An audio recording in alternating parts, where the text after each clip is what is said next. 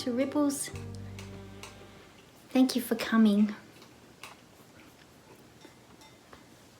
Where's Pamela? Pamela, would it be intrusive if I read your email? Can I read your email, Pamela? Okay, good. All right. Thank you. Here we go. Pamela says, good morning. I woke in the night and did the ocean meditation. I think that's something that you taught on Saturday afternoon, right? A couple of weeks ago, yeah. A couple of weeks ago. Then I went back to sleep. I'm not sure if the rings I described below were in the dream or meditation, but I think they were in the meditation. I saw something in the sky open above my head. Rings thick like a donut, then flat wide in concentric circles, alternating and spreading across the deep black heavens, white, translucent, opaque, some kind of etchings or crystalline pattern or pieces of snowflakes contained in their concentric rings. The center was open. The whole thing rotated. When I looked up, it looked like it was rotating clockwise, but to follow it, I had to turn my body counterclockwise. It felt like each person has their own rings and portal. Then I was dreaming. In my dream, another portal to the sky opened when getting ready to do Tai Chi in a large multi-purpose room with others in my Santa Fe group. I let myself follow it and floated skyward vertically, then horizontally across the room as I felt my body a little heavy to fly and dragged my hips across objects, and then upward again as I looked toward the light blue sky portal. I had a staff or something in my right hand. Then you and Andrew were teaching Qigong. Well, that's a bizarre dream. Anne was teaching Qigong. You and Andrew were teaching Qigong in another location with sliding glass doors open to the students. You said to pull up on Ren 4, and we pulled up from the perineum, which of course is Ren 1. Then you vanished from the feet upward, though you were still there. We just couldn't see your body. And then as we did it too, Anne vanished and I vanished. Oh, she's writing to Andrew, that's right. Okay, so the you is Andrew, and then I vanished, and then Pamela vanished, but only the bodies. We have a funny slapstick moment where our invisible bodies got a little bit tripped up on each other. I won't indulge in sending you both my dreams on a regular basis, but I wanted to let Andrew know about the meditation and wondered if there might be something here for Ripples. It was curious that you said pull up on Ren 4, but we pulled up on Ren 1 in order... Other way around. But we pulled up on Ren 1 in order to pull up Ren 4, as everyone seemed to understand in the dream. It made me wonder about the connection of those 2 points. Well, the name of Ren 4, thank you for that, Pamela. It's quite an extraordinary dream. The point Ren 4, Origin Pass, is where essence, you could call it like the sum total of kidney chi, I guess, but becomes,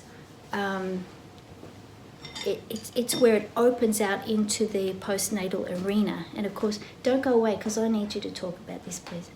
Andrew. I'm not going. All right.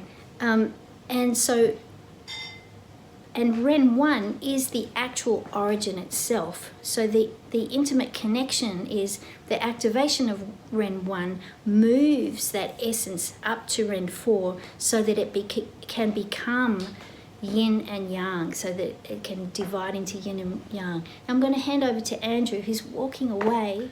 The point with these, working with these points in my experience, in my practice, is that there's this thing in Qigong where you tug, they call it tugging up perineum, Ren 1, where you just kind of like sniff upward and tug the perineum as if you're trying to stop peeing or something like that. And that this is what Pamela's interpreting as as activating Ren 4, which is very interesting. That's Pamela's contribution. Some people say 6, some people say it goes right up to the crown of the head. But what's interesting and what's really important is that the energy of these lower points does not rise up the body. It stays where it is. It stays consolidated deeply, deeply in the lower realm. And then it activates the channels through and upward and penetrating through. And what I sometimes call the meditator's penetrating vessel instead of the acupuncture version, which is much, much simpler. It just goes basically straight through the body to do 20. Okay, so the idea is it activates without moving. That's the essential point. Because if you move the chi down there, you'll get into trouble. So if you were to convert that to a ripple for humanity, what would you say? I'd say we need to activate above from below.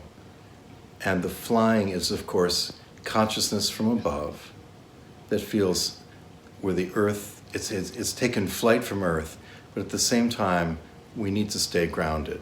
So as we activate down below with full energy resources, full hormonal complement with all the different varieties of fluids, with all the chi that's consolidated into kidneys, that we're activating the entire arena in a structure that ascends without the activation point moving or losing anything. So that's because with regular life, people activate the upper and they're taking drops of Jing. Here, we're keeping it in place. Okay, thank you. It's down here, Ann. Thank you. So the ripple that would be putting into the pond would be to keep in mind that when Jing is brought up to become yin and yang, it's to be revered as precious.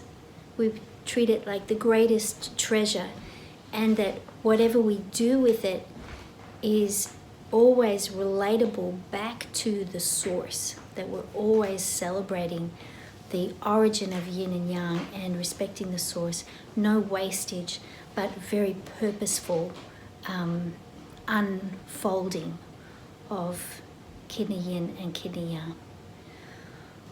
All right, shall we go with that one? Thanks, Pamela. All right, let's get to work. Thanks for being here. Thanks so much.